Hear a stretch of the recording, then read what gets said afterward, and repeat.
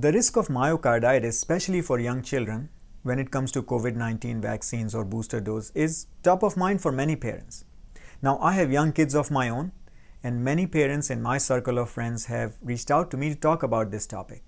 So if you are thinking about this, especially if you are trying to decide whether to get your young child a booster dose or not, you are not alone.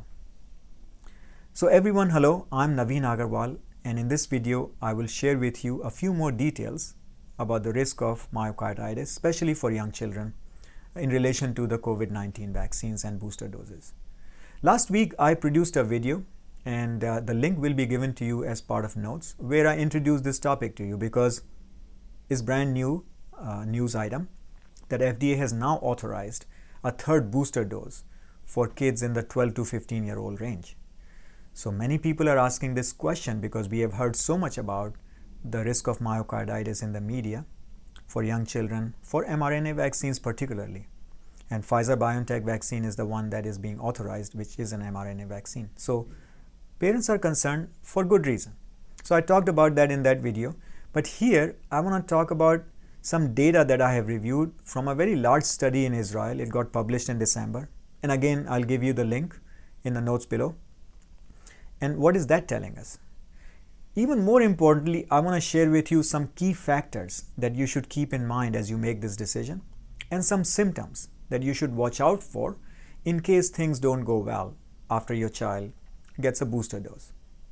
So we'll talk more about that. Share in the comments below any questions, any other questions you have, or specific concerns top of mind for you, and I will try to address them as soon as I possibly can. So let's quickly summarize what we heard from the FDA recently, and I talked about that in my video, but as a very quick summary, FDA is sharing with us that the risk of myocarditis for young children is higher, much higher, after the second dose. And they're estimating that to be about 1 in 10,000 in the age range of 16 to 30-year-olds, primarily boys. But what they're saying is that the third dose, the risk for the third dose is much lower. And they're also telling us that most of the cases that are being reported are very mild in nature. They don't require a lot of hospitalization time, serious treatment, none of that. So they are mild. And that's the argument they are making for authorizing a third booster dose and making a strong recommendation. Makes sense? But again, it applies in general. And what I always tell people, please look at your situation carefully and discuss your case with your doctor before you make the final decision. So now let's look at what we are learning from the Israeli study. I'll give you a link as part of this video. So they are reporting a very large amount of data analyzed from one of their largest healthcare organizations. So the researchers have looked at over 2.6 million people who were vaccinated in the December 2020 to May 2021 timeframe, and they are analyzing the cases of myocarditis reported in this particular subgroup. So very large number, and 2.4 million of them had received a second dose. So most of them had 2 doses.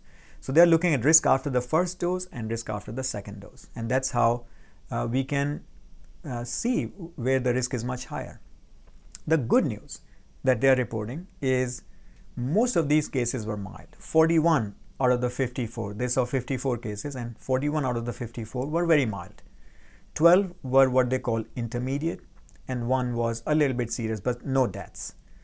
So the severity of the myocarditis being reported after vaccination is mild. Now, they are saying that yes, the risk is much higher among boys, young boys. And they're estimating that risk to be about 10.6 per 100,000. So let's say about 11 per 100,000, which is consistent with 1 in 10,000 that we heard from the FDA. 2 doses after the second dose. We still haven't seen the data from them for the booster dose. Some other studies have been published, and I will bring that information to you in the future. So very consistent information. I have not seen any major discrepancy in this reporting. But if you have seen that information, please share below if your understanding is something different. So now let's talk about the important factors for you, right? That you should keep in mind. Is there a medical condition, diabetes, hypertension, or a prior history of myocarditis. In fact, they will ask you, if you go to get a booster dose, they will ask you these questions. Are there any medication that are relevant? Is your child on any medication that may be relevant here? So that's another factor to think about. And of course, age is the most important factor. The older they are, the lower is the risk. So very young children, not as high a risk as 16 to 17-year-olds, and an older adult, let's say 25 to 30-year-old, is even lower risk. So age is another factor. So let's talk about the symptoms now. Let's say you go get the vaccination or the booster dose, and what symptoms you should watch out for? Chest pain. In this particular study, most people reported chest pain. So if your child feels tightness and chest pain, palpitations, irregular heartbeat, maybe some fever, reach out to the doctor as soon as possible and seek medical help. But apart from that, there were no serious symptoms, no serious issues. So that's something to watch out for.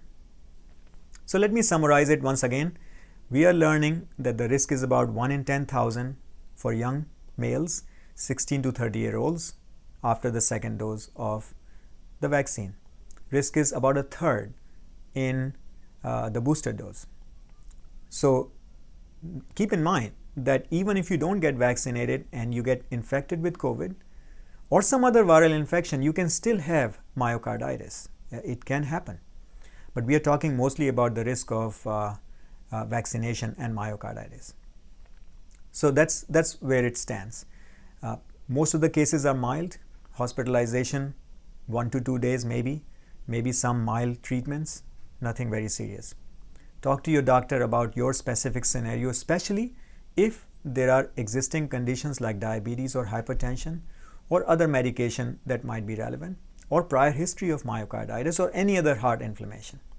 Finally, look for signs of chest pain, irregular heartbeat, maybe fever, and seek medical help as soon as possible.